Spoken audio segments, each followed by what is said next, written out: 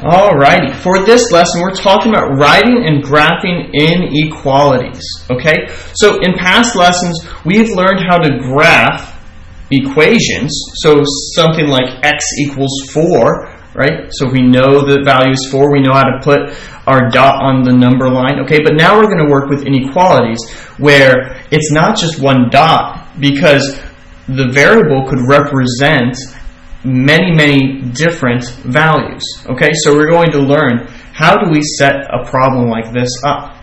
Okay, so here are some things that you need to know for this lesson. First, what dot to use. Okay, so when we're graphing points that we know, so like x equals 4 in that example, we've always used just a filled in dot. Okay, so if the value could be equal to the value that you're placing that dot on, you used a closed dot. So you would use it for if it said equal to, right, like we've already done, or if it says greater than or equal to, or less than or equal to, like it shows right here. Okay? Now, something we haven't used is an open dot. And when you would use an open dot is if the symbol that's being shown is either the greater than or the less than. Okay? So you would use the open dot just like that for those two symbols. Okay? Another thing, okay, is you could write problems in different ways but still have the correct answer. For example, 4 is greater than or equal to x is the same as x is less than or equal to 4. Okay? So notice how that whole problem, everything just got flipped. So the x moved over to the left side of our inequality, right? The 4 moved to the right side, and the symbol completely flipped, right? That was greater than or equal to. Now it's less than or equal to, right? So there could be multiple ways to write the same problem. Okay, so here we go. Let's take a look at number 1. So it says, for the instructions for these two problems, it says write an inequality for each sentence. Okay, graph each inequality. So it has two parts. First, we need to write an inequality. All right, and what an inequality? Well, we see an example right here, down in that reminder. That's an example of an inequality. So you cannot spend more than $45. Okay, so if we can choose any variable. It did not define the variable. You could pick some variable that represents, is representing some word. Sometimes I'll just go with x, keep it simple. Okay, x, and my total is 45.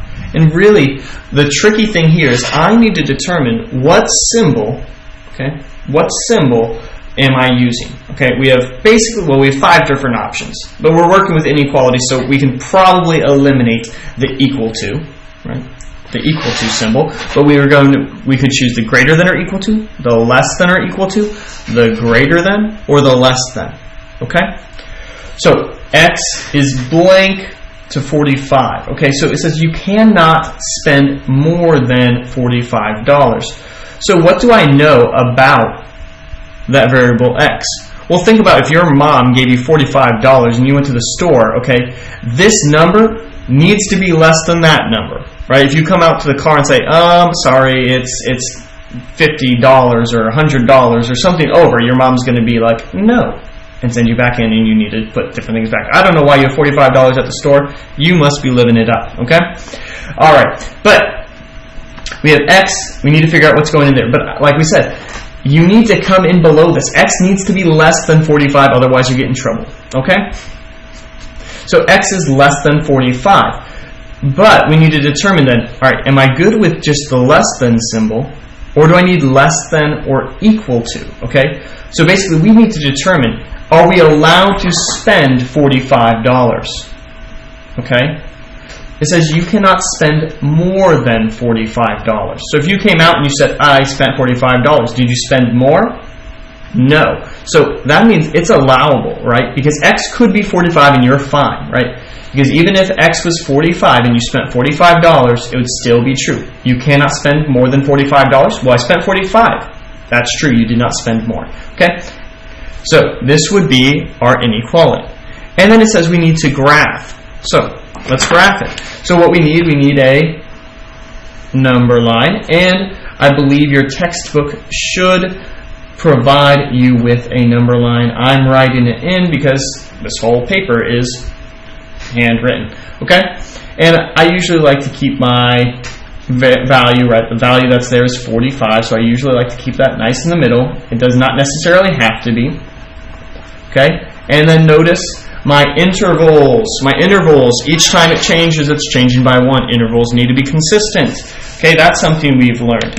And then we also have learned that when we have number lines, right, as we go left to right, it's getting larger. The value's getting larger. Okay, so well, my value is 45.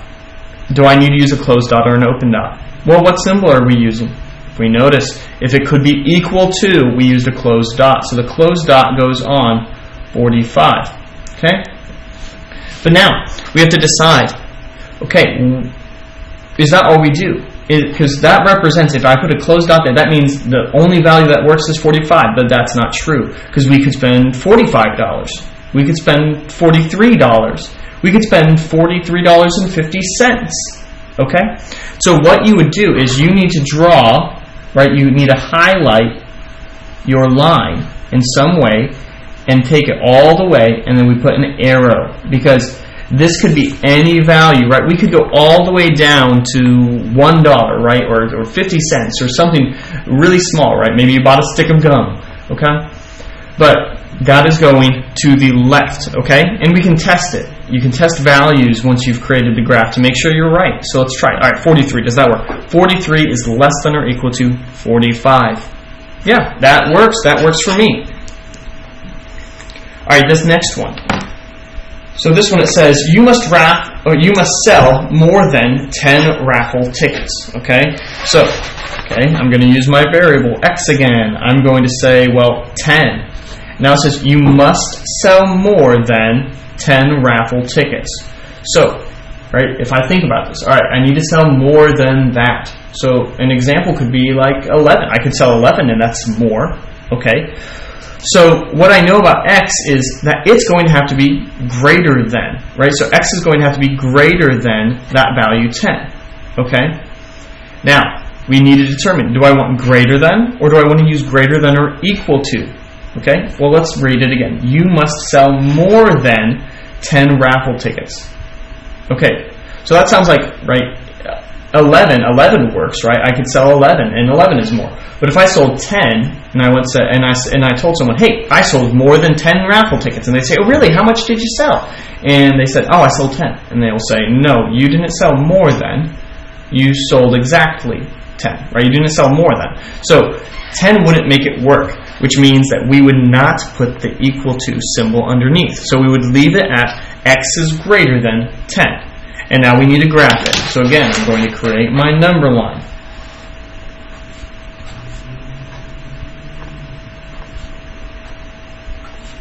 And I have 10 in the middle, 11, 12, and I have 9, 8. Okay.